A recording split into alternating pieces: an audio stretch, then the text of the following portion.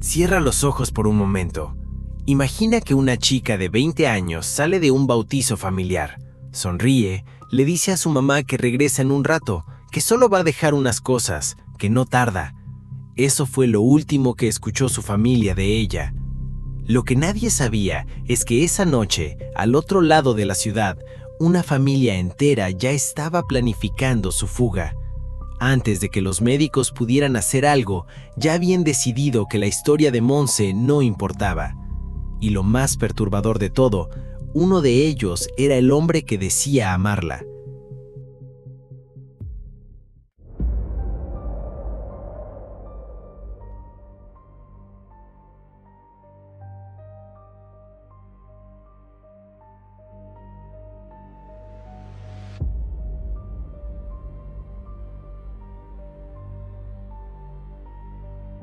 Bienvenidos a Rastros del Pecado.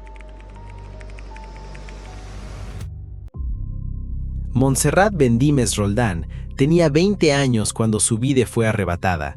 Era estudiante de ingeniería en la Universidad del Valle de México, en Boca del Río, Veracruz, una ciudad costera del Golfo conocida por sus playas y por el bullicio familiar de sus fraccionamientos. La describían como una chica alegre, cercana a su familia. Esa tarde del 17 de abril de 2021, los Bendímez Roldán celebraban un bautizo que se había postergado meses por la pandemia. Era un día normal, de esos que uno no siente que hay que atesorar, hasta que deja de serlo. Monse salió de la reunión para ir a su casa. No era raro, tenía planes para regresar a cenar con sus primos. Sus padres no lo pensaron dos veces. Pero la llamada nunca llegó. En su lugar sonó el teléfono de su familia con una voz que no esperaban. Era Jorge Ignacio, el padre del novio de Monse. Les decía que su hija estaba en el hospital. Primero pensaron en un accidente de tránsito, algo rápido, algo explicable.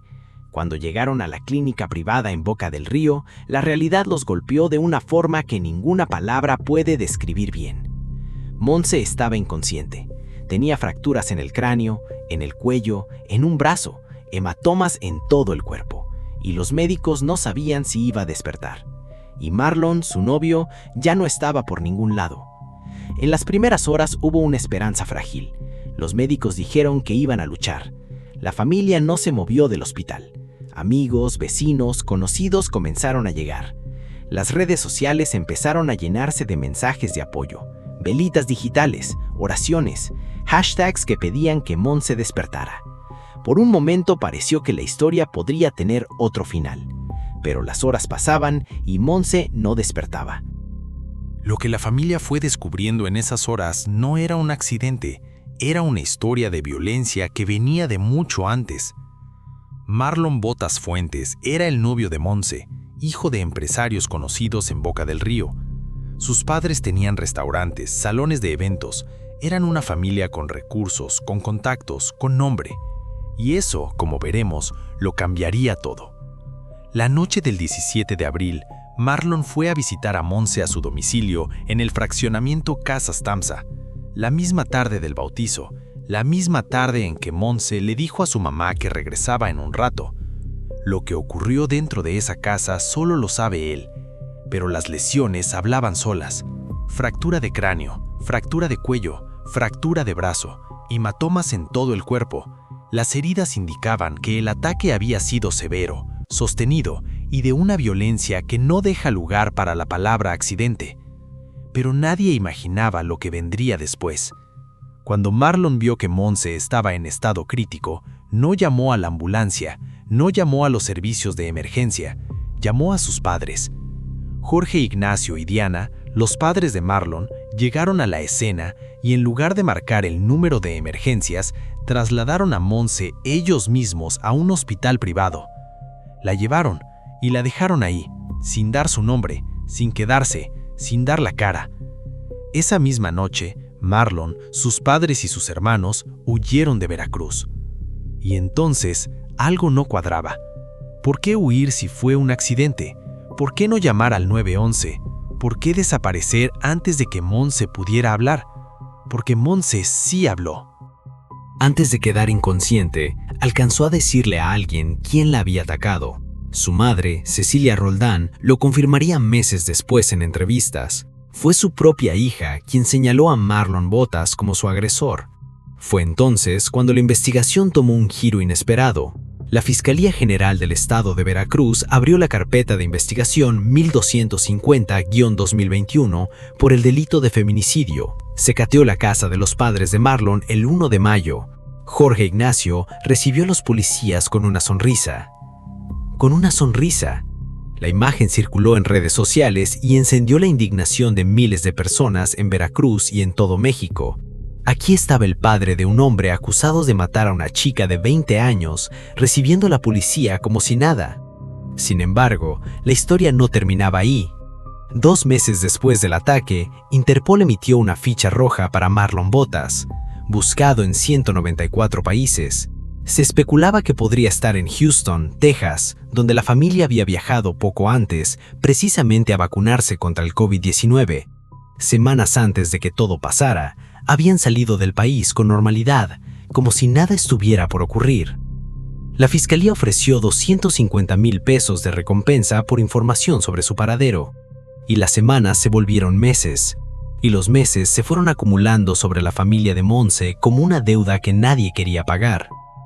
El 23 de abril de 2021, 6 días después del ataque, los médicos le comunicaron a la familia Bendímez Roldán lo que ya temían. Montse tenía muerte cerebral. No había posibilidad de recuperación. Cecilia, su mamá, publicó un mensaje en Facebook aquella tarde.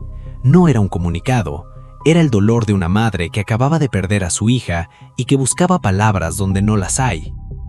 Hoy Dios y Montserrita tomaron la decisión de viajar juntos de la mano e ir a un mundo mejor, escribió. Montse fue desconectada ese día. Tenía 20 años, era estudiante de ingeniería, tenía planes para cenar con sus primos esa noche.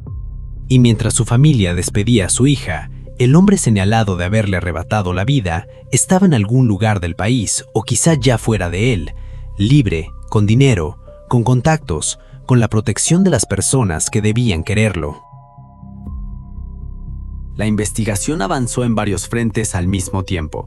Por un lado, la Fiscalía de Veracruz recopilaba evidencia forense. Las lesiones de Montse eran consistentes con un ataque físico directo. No había señales de accidente de tránsito, ni de caída, ni de ningún otro escenario que no fuera una agresión. Por otro lado, comenzaron a reconstruir los movimientos de Marlon y su familia en las horas posteriores al ataque. Y el cuadro que emergió era claro. Hubo coordinación.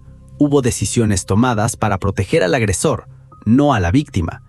Lo que descubrieron después cambiaría aún más las dimensiones del caso. En noviembre de 2021, los padres de Marlon, Jorge Ignacio y Diana, fueron detenidos en la Ciudad de México. La orden de aprehensión era por encubrimiento y omisión de auxilio. La misma familia que había recibido a la policía con una sonrisa, terminó esposada frente a las cámaras. La sociedad veracruzana lo celebró como una victoria parcial. Pero Marlon seguía libre.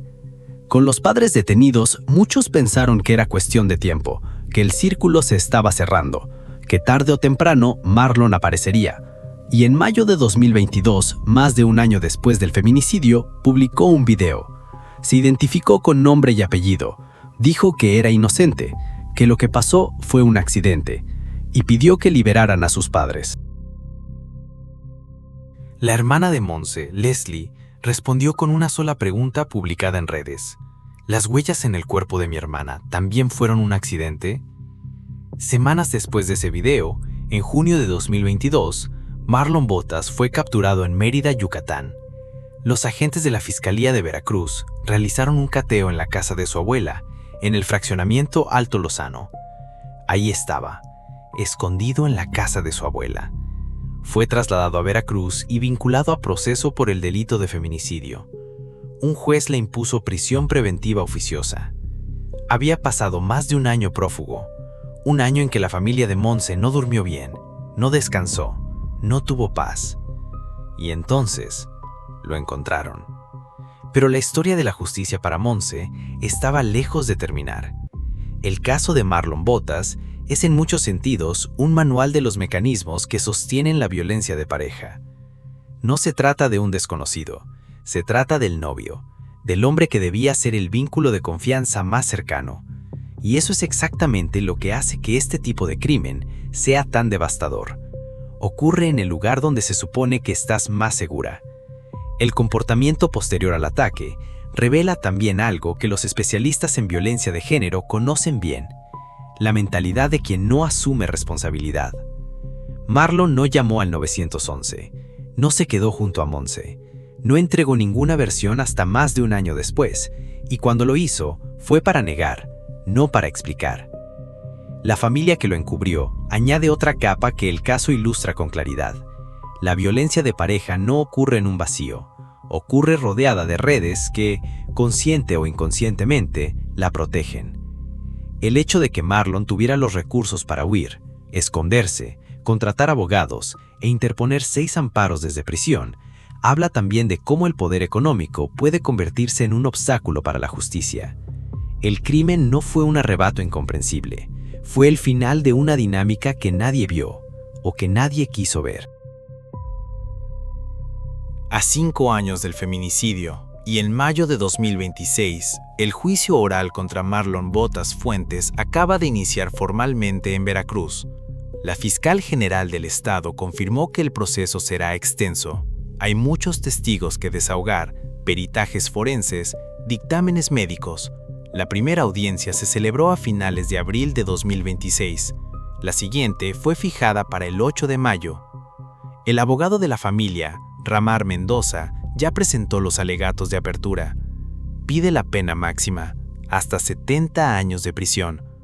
Los padres de Marlon quedaron en libertad condicional en julio de 2023, bajo condiciones estrictas, tras fallas procesales de la Fiscalía. 5 años, y la familia de Monse sigue esperando la sentencia. De todo lo que dejó este caso, hay algo que no puede medirse en años de condena ni en carpetas de investigación. La memoria de Monse fue tan poderosa, tan presente, que su nombre se convirtió en ley, la Ley Monse. Aprobada en varios estados de México, sanciona ahora a quien encubra un feminicidio, aunque sea un familiar del responsable.